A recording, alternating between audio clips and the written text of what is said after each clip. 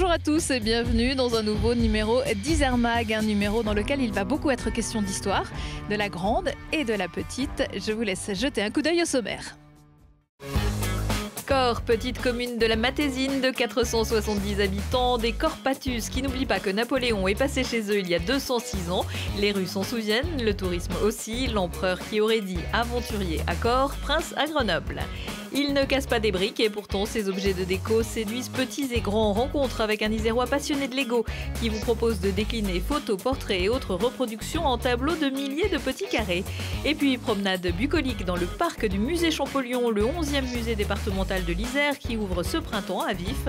Une demeure qui a compté dans le travail de Jean-François vers le déchiffrement des hiéroglyphes. Le 5 mai 1821, Napoléon s'éteignait à Sainte-Hélène où il se trouvait en exil. Cette année, nous commémorons donc le 200e anniversaire de la mort de l'empereur.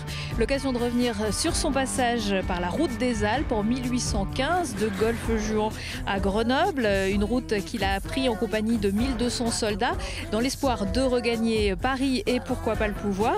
Cette route, elle a pris depuis le nom de route Napoléon. Elle passe par La Fraye où je me trouve aujourd'hui.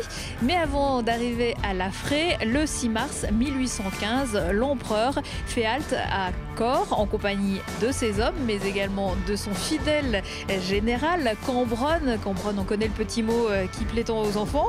La commune continue de perpétuer le souvenir de ce célèbre visiteur, comme l'a constaté Lignan Veillé. Napoléon est arrivé ici le 6 mars 1815 dans cette maison qui était avant la gendarmerie. Napoléon n'a fait que passer, mais il a laissé sa trace et des souvenirs à Cors, premier village isérois où il s'est arrêté et où il a dormi. Il en a profité pour se faire couper les cheveux. On lui a préparé une omelette, on lui a coupé la barbe. Après son exil sur l'île d'Elbe en Toscane un an plus tôt, Napoléon débarque au Golfe-Juan près de Cannes avec 1200 hommes pour tenter de reconquérir le pouvoir. Il voulait remonter sur Paris. Automatiquement, il a pris la route des Alpes parce que ce que lui permettait de passer par la Durance, donc par ces chemins escarpés, donc c'était pas facile. Cette route des Alpes, la nationale 85, est plus connue aujourd'hui sous le nom de route Napoléon, tant il a marqué les esprits sur son passage, comme à Lamure ou à La Fraye, où une statue en bronze à son effigie marque la rencontre entre les troupes royales et les siennes. Et sur ses 390 km entre Golfe-Juan et Grenoble, il a aussi et surtout marqué le petit village de Cors. On est très fiers de l'avoir accueilli et on en a fait justement tout un parcours historique à travers le village. Les rues du centre-ville ont été refaites en 2015 pour donner le ton et le style de l'époque à l'occasion du bicentenaire de la chute de l'ex-empereur. On a voulu refaire en même temps que notre patrimoine architectural tout ce qui était les rues, en mettant également le blason en ferronnerie. Vous allez retrouver nos balustres Napoléon. 2 aigles, symboles napoléoniens liés à ses victoires militaires, agrémentent aussi 2 places du village, bien connu pour son restaurant et pour sa distillerie, où Raoul a relancé en 2015 la cuvée Napoléon. C'est cette merveille. Alors c'est du gel hydroalcoolique buvable. Ça va être un alcoolade génépi distillé. On va mettre un sirop qui sera à base de sucre et de miel. Mais surtout on a amélioré le type de fût et la recette pour qu'elle soit exceptionnelle. Un alcool fin en bouche avec une bonne longueur et qui sera peut-être consommé lors de commémorations cet été, si les conditions sanitaires le permettent. Comme il n'y a pas de raison pour que Lilian soit le seul à goûter les spécialités locales, je vous propose d'aller faire un petit tour du côté de la fromagerie des Alpes. C'est juste là, suivez-moi.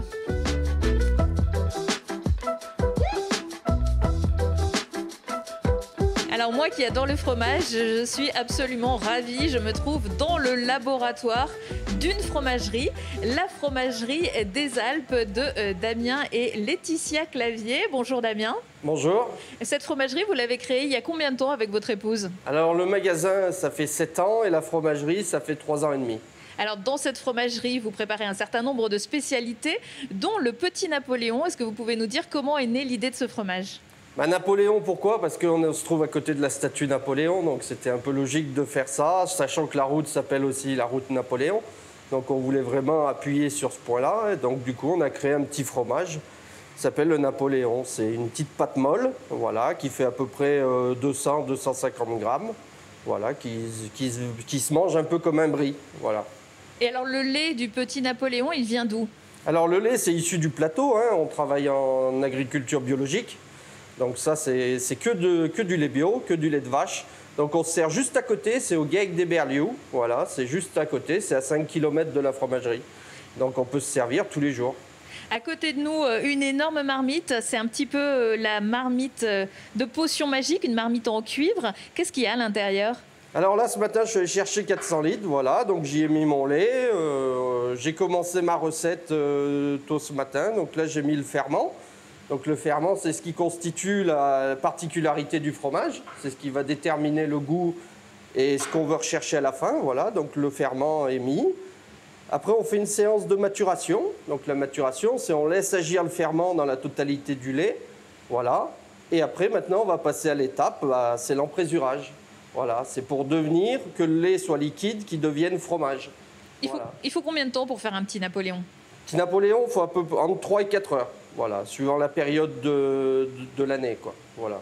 Pourquoi suivant la période de l'année? Parce que le lait est plus riche à une certaine période qu'à une autre. Les vaches peuvent pâturer dans les prés l'été, donc le lait est vachement plus riche. Donc la fabrication se fait vachement plus vite.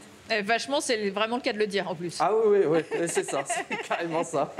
Alors on va voir la prochaine étape. Vous allez nous montrer ce que vous allez faire après. C'est l'emprésurage, voilà. Donc là, ouais, il y a à peu près... donc ce matin, j'ai fait 400 litres. Il y a 50 litres de mozzarella. Il y a 200 litres de fromage blanc. Et il me reste à peu près 170 litres de lait pour faire justement ce Napoléon. Voilà. Cette étape-là, elle prend combien de temps? Donc l'étape là, c'est tout de suite. Donc en fait, on va mettre la présure. Je vais aller chercher au frigo. On la met dedans. On laisse reposer le lait. Et le lait va cailler. Voilà, c'est le moment où le lait va durcir pour être en forme fromage pour pouvoir le travailler après. Voilà. Donc on va mettre la présure.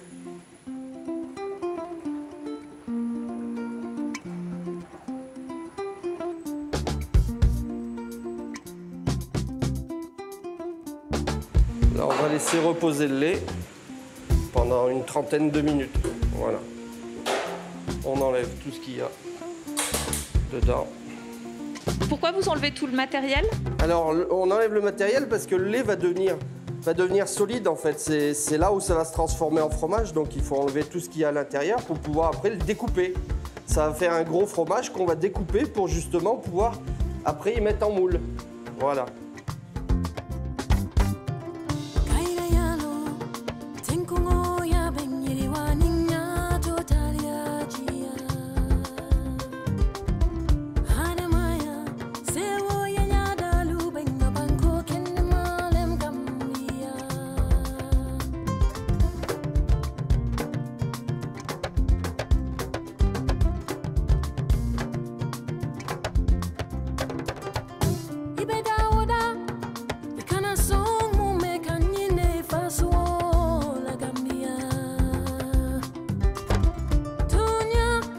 Damien, vous avez une autre spécialité, c'est la mozzarella. Est-ce que vous pouvez nous expliquer ce que c'est que cette curieuse machine? Alors oui, c'est une machine donc à mozzarella, voilà, c'est le but est de sortir en boule, voilà, donc ça sort par l'extrémité en boule. La fabrication dure à peu près 4 heures et voilà, on fait ce produit depuis à peu près 2 ans et ça marche super bien, notamment dans les restaurants, dans les magasins bio. Voilà, on peut la vendre en pièces ou en vrac, aussi à la louche. Donc c'est vrai que c'est intéressant et puis on est un peu les seuls ici à faire ça, quoi. Et la machine, par contre, on n'en trouve pas forcément en France, des machines comme ça. La machine, c'est vrai, c'est compliqué, surtout des petites comme ça pour les artisans. Ça se fait pas forcément de partout, donc après, il faut aller chercher du côté italien pour trouver des machines comme ça, quoi. Mais c'est vrai qu'on est content depuis qu'on l'a fait et nos clients sont ravis aussi. Et alors, ça fait une belle pâte qui file, c'est joli. Exactement, là, c'est le principe, on met le cahier dedans et puis après, avec de l'eau à 90 degrés, et ben, ça file la pâte pour l'étirer, pour pouvoir la ramollir et après la travailler en boule. Ça va passer là et sortir ici dans des... Voilà, et après on la met dans son lait, dans de l'eau un peu salée et on la vend le lendemain. Voilà, on ne peut pas avoir plus frais. Ah non, là on peut pas, non.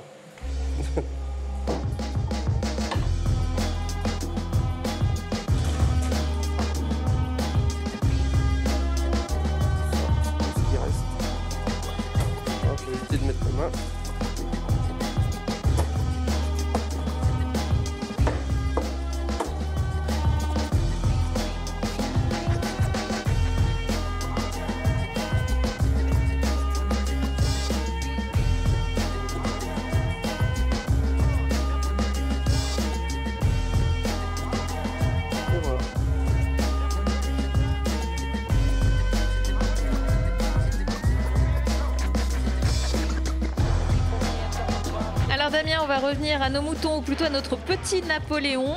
Qu'est-ce qui s'est passé durant ces 30 minutes dans cette grosse marmite? On en est où? Alors voilà, on avait chauffé le lait, après vous avez vu, on a mis la présure. Donc maintenant, le lait s'est transformé en fromage. Donc le lait à caillé, on appelle ça. Donc on va regarder. Voilà. On voit bien la différence, le lait à caillé. Donc ça veut dire que maintenant le lait s'est transformé en fromage. Donc pour sortir ce fromage, on ne peut pas le mettre directement dans le moule. Il faut donc le découper et après le travailler. Et après on le sortira, on le mettra en moule. Voilà, donc on va passer à la découpe. Eh ben allez. Je vous laisse faire. Hein. Voilà, donc on découpe avec ce matériel-là. Ça s'appelle un tranche-cahier. Ce n'est pas un instrument de musique? Non, ce n'est pas une guitare. Mais voilà, donc après on découpe tout le cahier.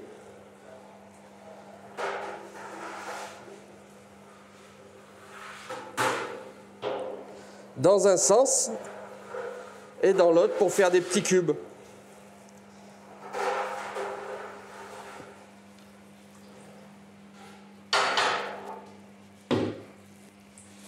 Et maintenant, on le remélange et vous allez voir la différence. Voilà, ça s'est transformé en fromage. Ah oui, ça fait vraiment des cubes, comme des glaçons. Exactement, ça fait ça fait du caillé.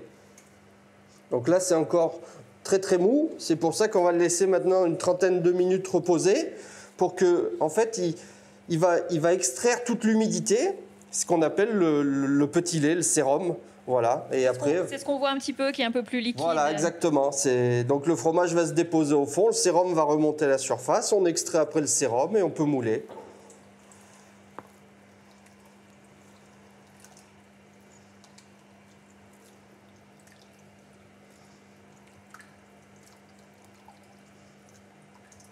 Voilà, donc maintenant je vais le laisser reposer 30 minutes en faisant un ou deux petits mélanges entre temps. Voilà, juste pour extraire l'humidité du cahier.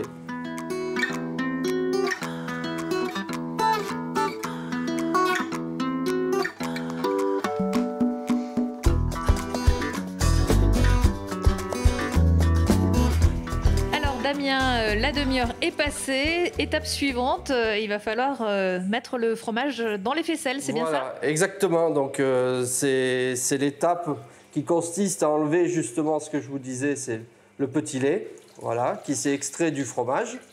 Voilà. On va voir que le fromage est découpé. Voilà.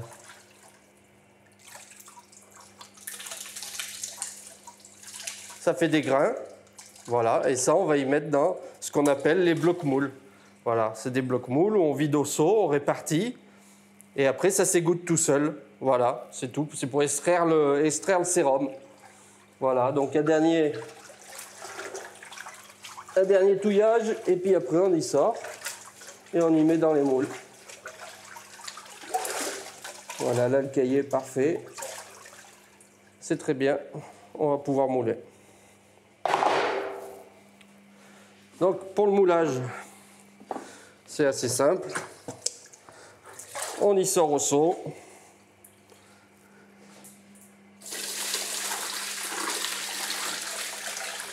Et on y répartit dans les blocs moules.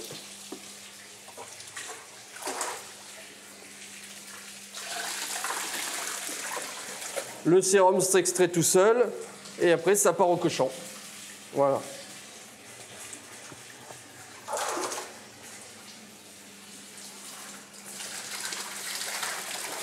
Dernière petite question, Damien. Vous êtes labellisé Easyr. Qu'est-ce que ça change pour vous? Pourquoi c'est bien pour votre entreprise? Nous, localement, c'est super d'avoir créé une marque comme ça. On s'y retrouve tous. Et puis, ça nous permet de montrer aux gens d'ici qu'on appartient à quelque chose. Tous les autres départements ont un savoir-faire qu'ils mettent en avant, comme la Savoie. Donc, nous, c'est bien d'y être arrivé cette année. Et ça fait même déjà 2 ans qu'on y est. Et au niveau des ventes, c'est vrai que les gens commencent à connaître le logo. Et du coup, on est très content d'être sur cette marque. Merci beaucoup Damien de nous avoir montré votre savoir-faire, comment vous fabriquez le petit Napoléon, comment vous fabriquez la mozzarella. On a passé un très bon moment avec Baptiste qui est juste derrière la caméra. Vous nous remercierez également Laetitia, votre épouse qui est un petit peu timide. Alors si vous voulez la voir Laetitia, il faut venir à la fromagerie. Je vous souhaite une très belle journée et à très bientôt. Merci Damien. Merci à vous. Au revoir. Retour à la prairie de la rencontre après une petite pause fromage. Alors la statue que vous voyez derrière moi, elle a été érigée en 1930 pour marquer la rencontre entre le détachement royal et Napoléon. Nous sommes toujours en 1815. Napoléon qui est venu rencontrer seul ce détachement royal sur son cheval. Alors le risque, c'était bien sûr que Napoléon se fasse arrêter. Je vous rappelle qu'il voulait reprendre le pouvoir. Et finalement, les voltigeurs de la 5e ligne se sont ralliés à lui, d'où le nom de prairie de la rencontre. Une autre rencontre, celle du tout début du 19e siècle, on est un peu avant 1815, celle des frères Champollion avec la commune de Vif. La maison familiale va devenir le 11e musée départemental.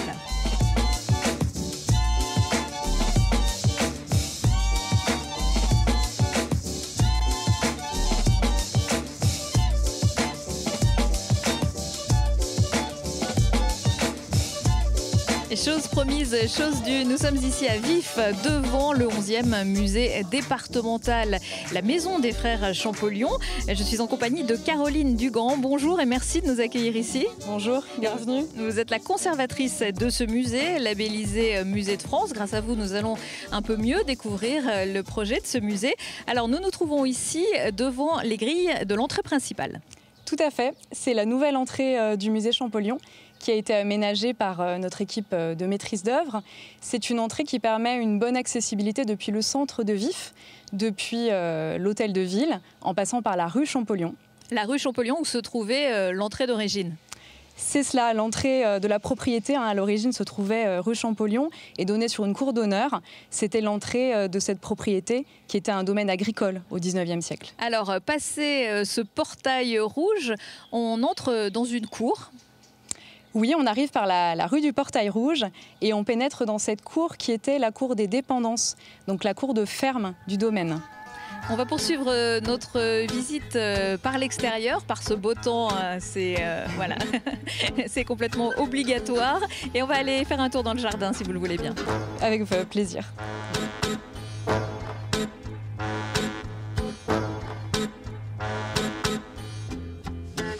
Caroline Dugan, nous avons donc poursuivi notre chemin pour nous retrouver dans le jardin.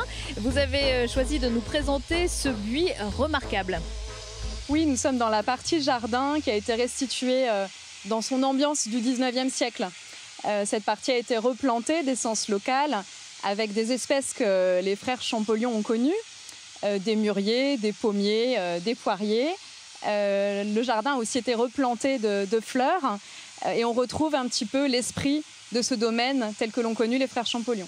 Et ce buis, on a envie de s'y cacher. Pour les enfants, ça sera formidable. Je pense que ce sera une belle cachette pour les enfants. Les frères Champollion l'ont très certainement connu et ce sera l'une des arrivées très agréables vers le musée. Est-ce qu'il y avait des liens entre la famille Champollion et l'Isère avant l'acquisition de ce domaine ? Tout à fait, puisque les frères Champollion sont nés à Figeac, vous le savez, mais leur père était originaire du Val-Bonnet, qui est une région montagneuse au sud de Grenoble.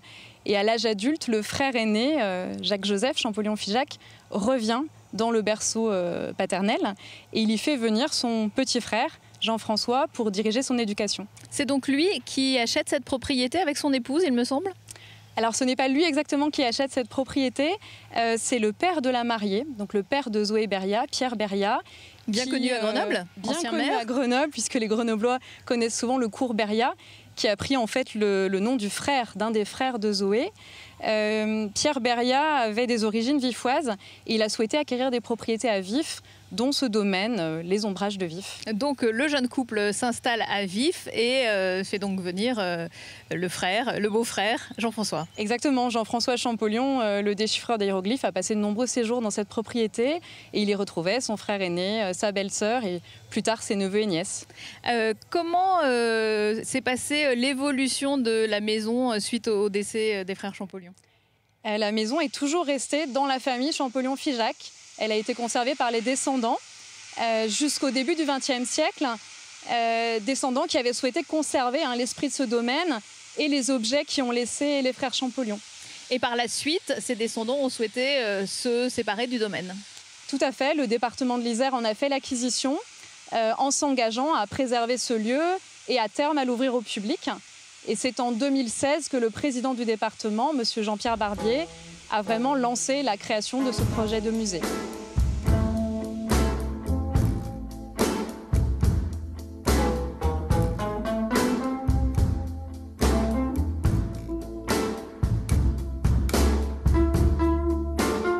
Nous poursuivons notre visite aux côtés de ce cèdre qui a dû connaître les frères Champollion, ce cèdre majestueux. Nous allons à présent nous intéresser à ce qui se passe à l'intérieur du musée, qui se décompose le parcours en 3 axes. Est-ce que vous pouvez nous en dire un peu plus? Oui, le parcours permanent est installé dans la maison de maître dans laquelle ont séjourné les frères Champollion. Et c'est un parcours qui est dédié aux frères Champollion, à leur œuvre et à la naissance de l'égyptologie. Et nous avons choisi de l'articuler autour de 3 grands axes. Les frères Champollion, donc non seulement le déchiffreur, mais aussi l'importance de son frère aîné, la recherche et la naissance d'une nouvelle discipline au XIXe siècle qui est l'égyptologie. Vous pouvez nous détailler un petit peu plus ces 3 axes? Les relations entre les frères Champollion étaient des relations très importantes. Ils vivaient, ils travaillaient ensemble. Tout à fait. Le frère aîné avait 12 ans de plus que son cadet. Et il était vraiment pour lui un ami de toujours, son parrain, celui qui l'a accompagné dans toutes ses recherches. Et on a envie de montrer aux visiteurs cette complicité fraternelle très forte. Donc le visiteur découvre au rez-de-chaussée l'univers familial, l'environnement des frères Champollion, la famille proche et le cadre dans lequel ils vivaient. Au premier niveau, on aborde le déchiffrement et bien sûr le grand événement de 1822. Et au dernier niveau... Ce grand événement, dites-nous-en un peu plus. Alors, le grand événement de 1822, bien sûr, c'est l'aboutissement de siècles de questionnements et puis d'années de recherche pour Jean-François Champollion. Et nous pourrons l'évoquer assez précisément avec la présentation notamment du bureau du déchiffrement, bureau sur lequel Jean-François a travaillé dans son appartement parisien, mais qui aujourd'hui est conservé au sein du musée. Et les visiteurs découvrent aussi des estampages, de la pierre de Rosette, des notes de travail, des notes manuscrites, tous ces éléments qui témoignent de son long travail de recherche et du déchiffrement. Et au dernier étage? Et au dernier étage, on aborde l'après-déchiffrement, donc le travail de Champollion sur la civilisation antique égyptienne, son expédition en Égypte. Nous présentons de beaux objets qui sont déposés par le musée du Louvre, la tenue notamment qu'il a portée en Égypte. Et on découvre aussi la petite chambre dans laquelle il travaillait à vif. Merci Caroline Dugan. Alors, l'un des mystères qui plane encore dans l'Égypte antique, c'est évidemment la construction des pyramides. On ne vous dévoilera pas les secrets ici, mais quand il s'agit d'empiler les briques, il y a un Isérois qui est très fort. Il s'appelle Alexis Guimet. Il habite à Saint-Nazaire-les-Ems. Et vous allez voir que son truc à lui, c'est plutôt les briquettes de couleur qui viennent du Danemark. Dans son intérieur, difficile de ne pas voir qu'Alexis Guimet est un passionné de Lego. Depuis plusieurs années, il conçoit lui-même des lampes ou encore des petits objets de décoration. Mais sa spécialité, ce sont les tableaux, tous conçus avec ces petites briques.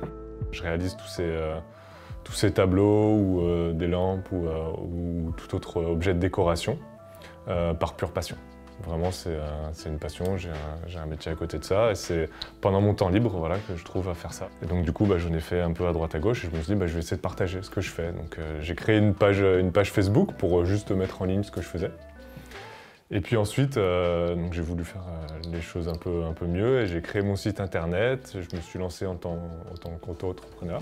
Depuis 2015, il commercialise ses créations avec son entreprise Briques et Déco, des tableaux aux possibilités infinies, qu'il s'agisse de photos, de paysages ou encore d'affiches, une conception dont le procédé de fabrication commence sur ordinateur. À partir de n'importe quelle photo, que ce soit un portrait, un paysage, je le prends et en fait, j'utilise un logiciel que j'ai fait développer pour faire une mise à l'échelle du tableau.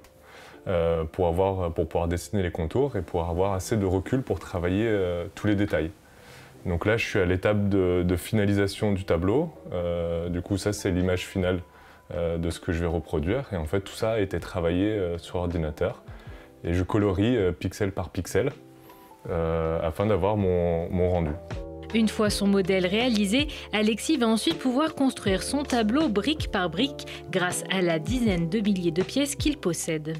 En effet, c'est des piles de Lego, ça m'aide à aller plus vite, surtout quand je fais des fonds.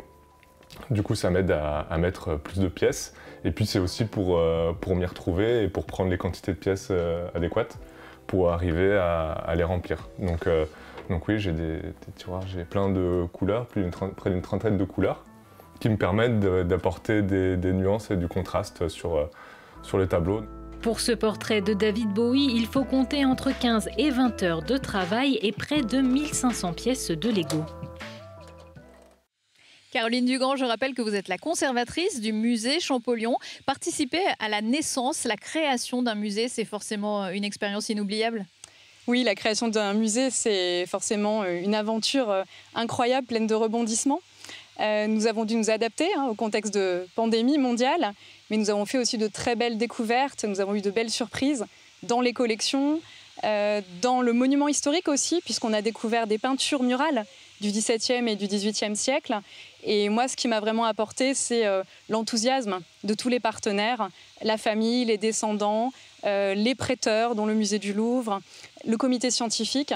Tous ont vraiment œuvré à cette belle expérience et ont apporté leur concours à ce projet porté par le département de l'Isère. Alors forcément, vous connaissiez déjà bien l'histoire. Est-ce que vous avez fait des découvertes en vous penchant sur la création de ce musée? Des anecdotes peut-être? Oui, j'en ai beaucoup appris sur l'homme, sur les hommes, sur Jean-François Champollion, et je pense que les visiteurs en apprendront aussi.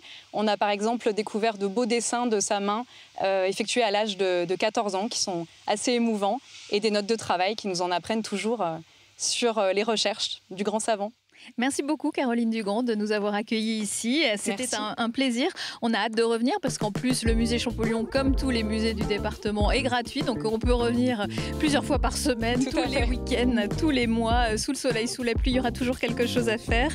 Isère Mag, c'est terminé. J'ai été ravie de vous accompagner dans ce numéro pour vous faire découvrir quelques-uns des trésors de notre département. Vous en verrez bien plus dans le dernier numéro d'Isère Mag que vous avez dû trouver dans vos boîtes aux lettres. Merci de nous avoir suivis et à très bientôt.